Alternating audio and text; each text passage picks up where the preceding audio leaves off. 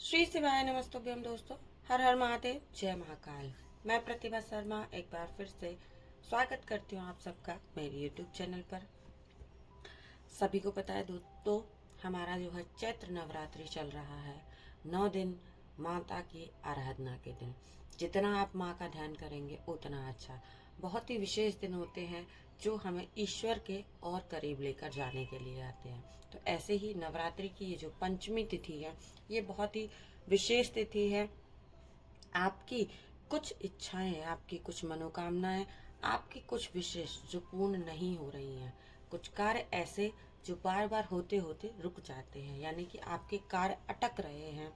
तो इन सभी कार्यों की पूर्ति के लिए, आपकी सभी इच्छाओं की, मनोकामनाओं की पूर्ति के लिए ये पंचमी तिथि का दिन बहुत ही विशेष है।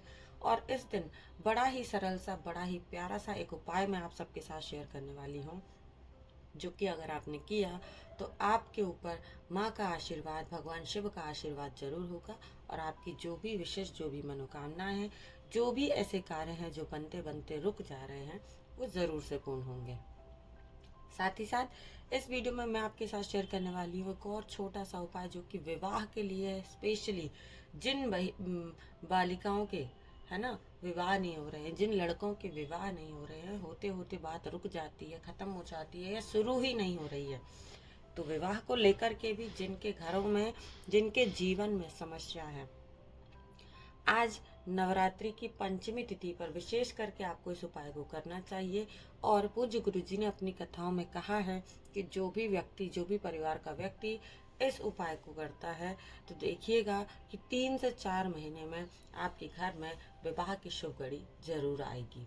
तो विवाह के लिए भी आप एक छोटे से उपाय को कीजिएगा, ताकि माता रानी की कृपा, भगवान शिव की, भगवान गजानन की कृपा जो है आपके घर पर, आपके परिवार पर बरसती रहे, कृपा बनी रहे और घर में हमेशा खुशहाली बनी रहे। तो चलिए दोस्तों, यहाँ पर पहला उपाय जो मैं आप सबके साथ शेयर करने वाली हूँ, वो है इच्छा पूर्ति, मनोकामना पूर्ति उपाय। आपने करना क्या है, आपने लेना है एक तांबे के पात्र में जल, है ना। साथ ही साथ कुछ ज़्यादा जल अपने साथ लेकर के जाइएगा, या फिर आप मंदिर में जाकर के इस पूजा को करते हैं तो आप देखेंगे कि मंदिर में पहले से ही जल की व्यवस्था होती है, क्योंकि हमें यहाँ पर 1 लोटा नहीं, 3 लोटे जल का प्रयोग करना है। कितना? 3 लोटे जल का। तो सबसे पहला लोटा जो है जल का, वो आपने लेना है। और इसके साथ हमें कुछ और चीजें जोड़नी है, यानी कि क्या कुछ लेना है, ध्यान से सुनेगा। तांबे के पात्र में जल लेना है, साथ ही साथ आपने लेना है इत्र, जो कि बड़ी ही आसानी से बाजारों में मिल जाया करता है। तो आपको कोई भी, किसी भी तरह की खुशबू, वैसे तो भोले बाबा को गुलाब का इत्र बड़ा प्रिय है, तो आपको गुलाब का इत्र मिल जाता है तो बहुत अच्छी बात, या फिर कोई भी इत्र ले सकते हैं। तो 1 लोटा जल, इत्र, साथ ही साथ शिव को समर्पित होने वाली प्यारी सी बेलपत्र, ये 3 चीजें आपने लेनी है और लेकर के पहुंच जाना है महादेव के शिवालय में, यानी शिवलिंग के समक्ष।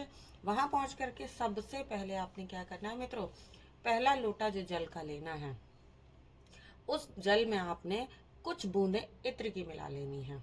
जब आप उसमें कुछ बूंदे इत्र की मिला लेते हैं, फिर ये जल जो है वो महादेव के शिवलिंग के ऊपर आपको समर्पित करना है। ओम नमः शिवाय, श्री शिवाय नमस्तुभ्यम का जाप करते हुए 1 लोटा जल महादेव के ऊपर समर्पित कर दीजिए।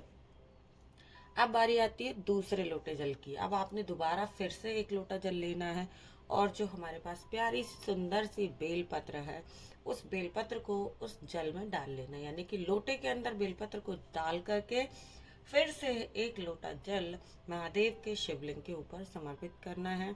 श्री शिवाय नमस्तुभ्यम, ओम नमः शिवाय, इस तरीके के मंत्र का जाप करते हुए। अब देखिए, यहाँ पर हमने 2 लोटा जल तो चढ़ा लिया। अब जो तीसरा लोटा का जल है, यानी कि फिर से आपने एक बार जल लेना है, और अब इसमें कुछ भी नहीं मिलाना है, बिल्कुल प्लेन जल होगा। सिर्फ जल लेकर के 1 लोटा जल फिर से महादेव के शिवलिंग के ऊपर हम समर्पित करेंगे, और धीरे धीरे धीरे आपको जल समर्पित करना है। मैंने पहले भी अपने वीडियो में बताया कि जल चढ़ाने का नियम क्या है।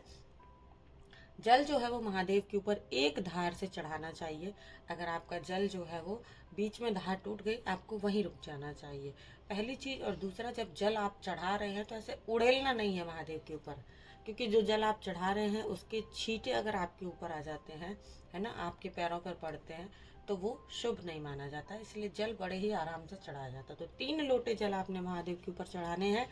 हाथ जोड़ करके अपनी इच्छा मनोकामना महादेव के समक्ष रखनी है, और यकीन मानिए कि महादेव जो है वो आपकी जो भी इच्छा, जो भी विषय, जो भी रुके हुए काम है आपके जीवन के, सारे काम जरूर से जरूर पूर्ण करते हैं। आपकी इच्छाओं मनोकामनाओं को वो सुनते हैं और इसे पूर्ण अवश्य करते हैं।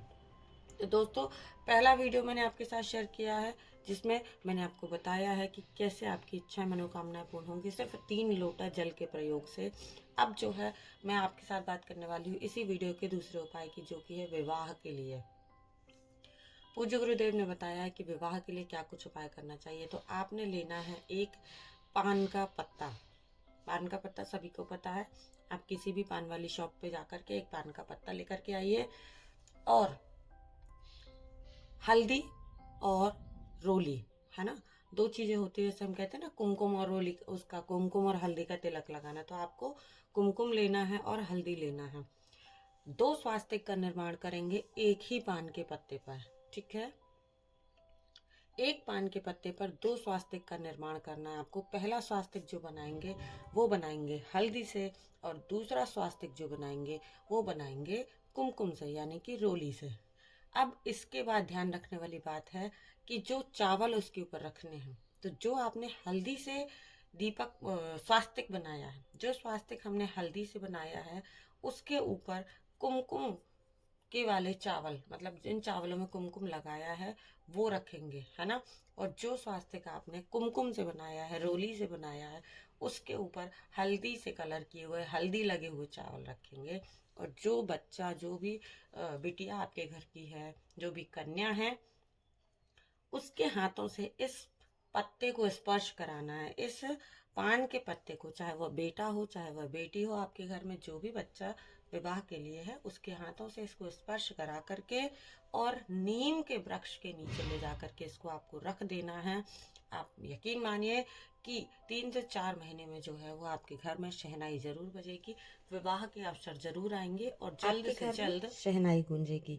तो पूज्य गुरु जी की कथाओं को सुनकर वीडियो के माध्यम से मैं यह उपाय या जानकारी आप सबके लिए लेकर आई हूँ। दोस्तों, उम्मीद करती हूँ कि वीडियो, ये जानकारी आपको अच्छी लगी होगी, लाभदायक होगी। तो अगर वीडियो थोड़ा सा भी अच्छा लगे तो वीडियो को लाइक कीजिए, शेयर कीजिए ज़्यादा से ज़्यादा लोगों के साथ, और कमेंट में महादेव का, माता रानी का एक नाम अवश्य लिखिएगा। और ऐसी ही महत्वपूर्ण जानकारियाँ देखने सुनने के लिए मेरे साथ बने रहें। तब तक के लिए श्री शिवाय नमस्तुभ्यम। हर हर महादेव। जय महाकाल। जय माता दी।